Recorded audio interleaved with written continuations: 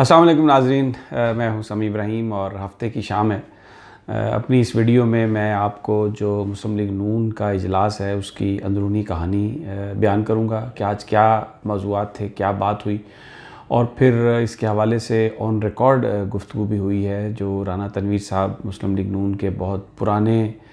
وہ لیڈر ہیں، 1985 سے مسلم لیگ نون کے ساتھ ہیں، اور نواز شریف صاحب کی جو وزارت تھی اس میں وہ بڑے اہم منسٹر رہے ہیں اور بڑے عرصے سے ان کا ساتھ ہے۔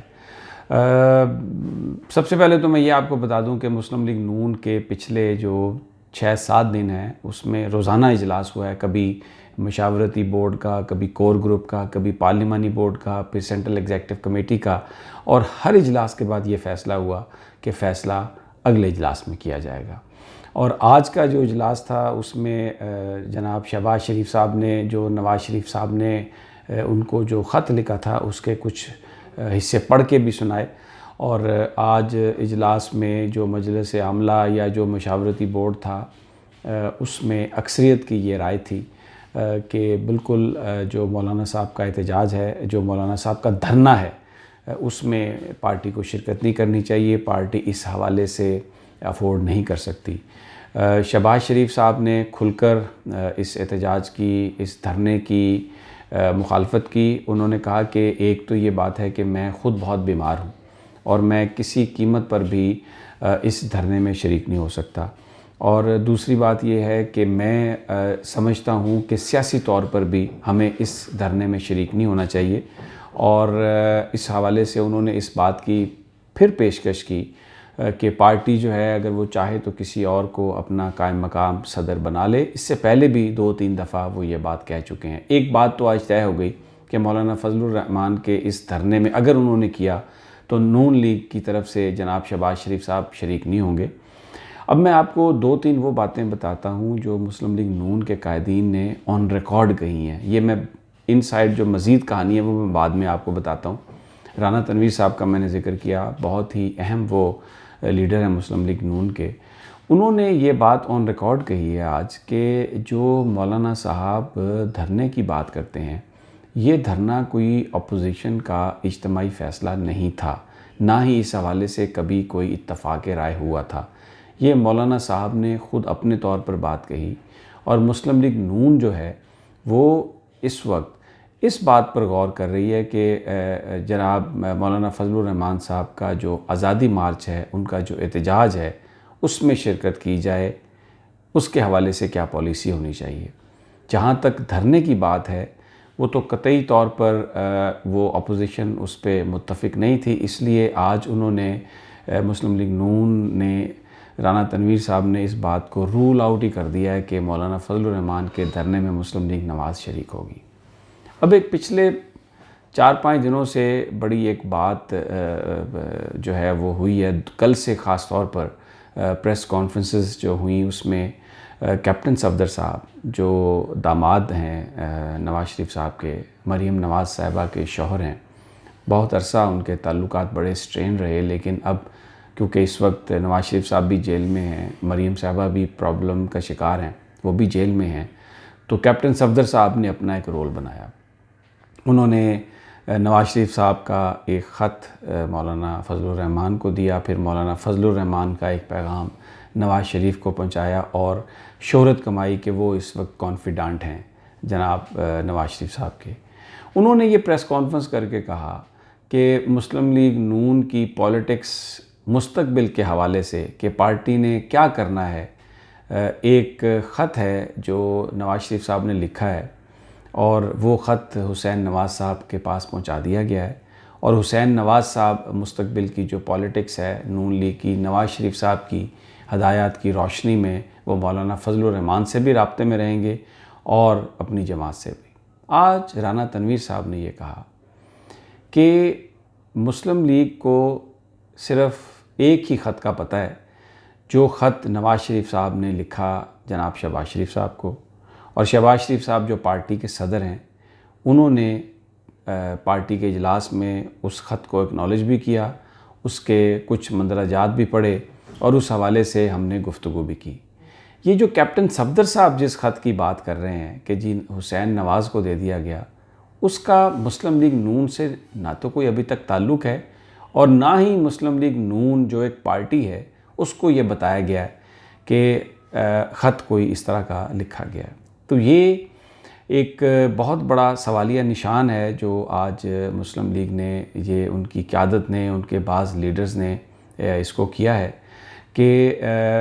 جس پہ رانا تنویر صاحب نے بالکل یہ بات کھل کر کہی ہے کہ مسلم لیگ نون ایک جماعت ہے، اس کا ایک سٹرکچر ہے اور اس میں شہباز شریف صاحب اس کے قائد ہیں، اور جو بھی فیصلہ ہوگا وہ ہمارا احسن اقبال صاحب کل مولانا فضل الرحمان صاحب سے ملیں گے۔ آج ہم نے یہ فیصلہ کیا کہ وہ اس حوالے سے جو آزادی مارچ ہے اس میں شرکت کے حوالے سے وہ مولانا فضل الرحمان سے بات کریں گے، اور پھر اس کے بعد ہم اپنی مشاورت کریں گے، جو ہمارا فیصلہ ہوگا اس کا اعلان پاکستان مسلم لیگ نواز کے صدر شہباز شریف صاحب کریں گے۔ تو کیپٹن صفدر صاحب نے جو ایک رول بنانے کی کوشش کی ہے بظاہر، وہ اس کے پیچھے کیا محرکات ہیں یہ آنے والے دنوں میں بالکل پتہ چل جائے گا، لیکن آج جو مسلم لیگ نون ہے اس کے اندر جو کور گروپ یا پارلیمانی قیادت ہے، ان کی الیکٹڈ لوگ ہیں، انہوں نے جو بات کی ہے، رانا تنویر صاحب جس چیز کی نمائندگی کر رہے ہیں، جو مسلم لیگ نون کی میٹنگ کا حال انہوں نے اندر سے بتایا ہے، اس میں یہ اگر کوئی سوچ رہا ہے کہ حسین نواز یا حسن نواز یا کوئی خاندان کا فرد جو ہے وہ پارٹی کو کنٹرول کر سکے گا جیسے ماضی میں ہوتا رہا ہے، تو ایسا لگ رہا ہے کہ وہ کہانی اب نہیں چلے گی۔ اور یہ بات بھی واضح ہو گئی ہے کہ مسلم لیگ نواز کی جو ایک اکثریت ہے، جس میں اراکین اسمبلی ہیں، اراکین سینٹ ہیں یا ان کے آفس بیررز ہیں،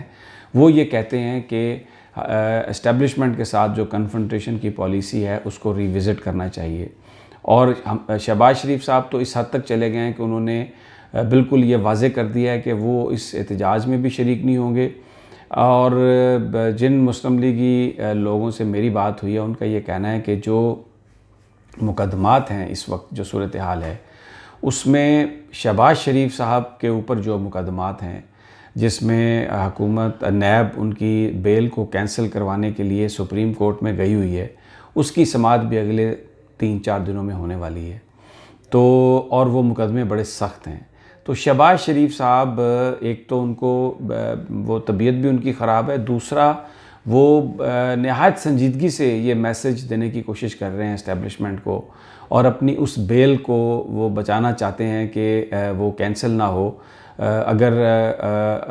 نیب کی درخواست ریجیکٹ نہ ہو تو کم از کم انہیں کچھ مزید ٹائم مل جائے، کیونکہ اگر وہ اس کیس میں پکڑے جاتے ہیں، بیل ان کی ریجیکٹ ہوتی ہے، تو پھر